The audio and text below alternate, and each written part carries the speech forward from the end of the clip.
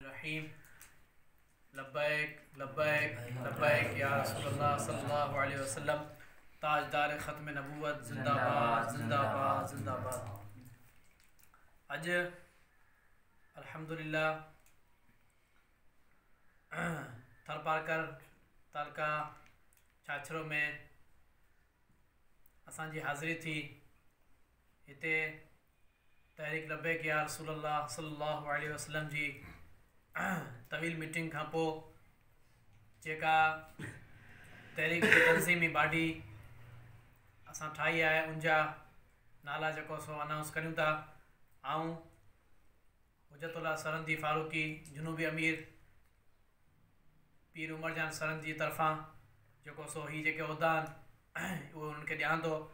ऐं इन में इहा गुंजाइश रखूं था त आईंदा वरी जेको सो जल्दी इंशाअल्लाह वरी ॿी आला सतह जी मीटिंग जेको सो मुजाहिद अहले सुन्नत मौलाना जलालुद्दीन साहिब जेको सो घुराईंदा ऐं उनजी क़यादत में ॿिया जेके आलिमान ॿिया ही हंगामी मीटिंग घुराई वई इंशाअल्लाह उनमें जेको सो बाक़ाइदा जेका थरपारकर जी ज़िले जी उनमें बाडी ठाही वेंदी। फ़िलहाल जेका तालके छाछरी जेका बाडी आई सिटी जी उहा तव्हांजे साम्हूं ॿुधाई वञे थी।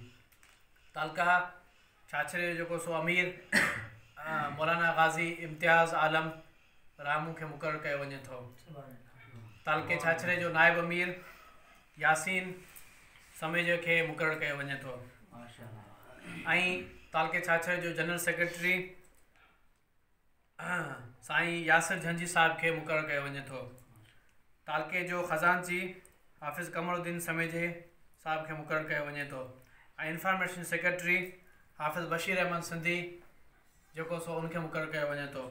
ऐं इतला सेक्रेटरी लीगल एडवाइस माना जेके कोर्ट जा मामलात आहिनि या केस जा मामलात आहिनि उन लाइ शाहनवाज़ झंझी जेके मिरपुखास में रहनि था मगर इंशाअल्लाह हू जेको सो अहिड़ो को क़ानूनी मसइलो थियो उनमें इंशाअल्लाह तबारक व तआला असांजी उहो मदद कंदा।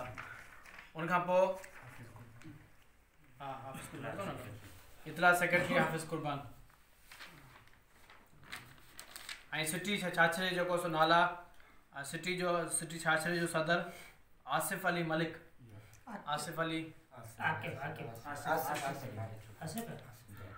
अली मलिक साहिब खे मुक़ररु कयो वञे थो। नायब सदर अली ग़ुलाम खोसो साहिब, जनरल सेक्रेटरी मलिक आकिब साहिब, जॉइंट सेक्रेटरी इब्राहिम अमीर रायमू साहिब, ख़ज़ानची निज़ामुद्दीन रायमू साहिब, राब्ता सेक्रेटरी लियाक़त अली रायमू साहिब।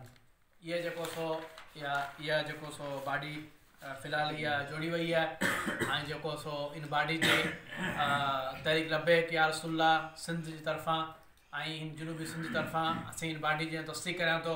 ऐं इहा बॉडी जेको सो मुक़ररु जेसिताणी अल्लाह रसूल जी रज़ा ख़ातिर ऐं जेको सो ऐं दीन जी सरबुलंदी लाइ ऐं जेको सो कमु कंदा रहंदा तेसिताणी पंहिंजे उहिदे ते क़ाइमु हूंदा।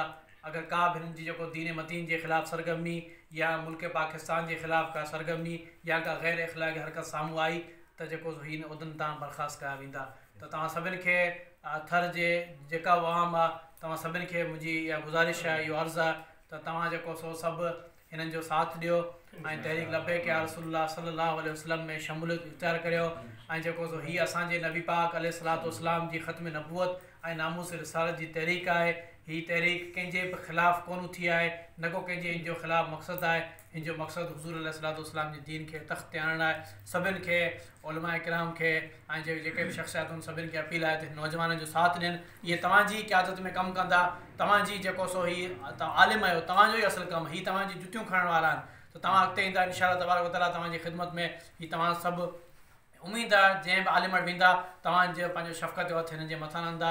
अल्लाह तबारक व तआला तव्हांखे असां सभिनि खे हुज़ूर अलैहिस्सलातु वस्सलाम जी ख़त्म नबूवत लाइ ऐं पाकिस्तान में निज़ाम मुस्तफ़ा सल्लल्लाहु अलैहि वसल्लम नफ़ाज़ जे कमु करण जी तौफ़ीक़ अता फ़रमाए।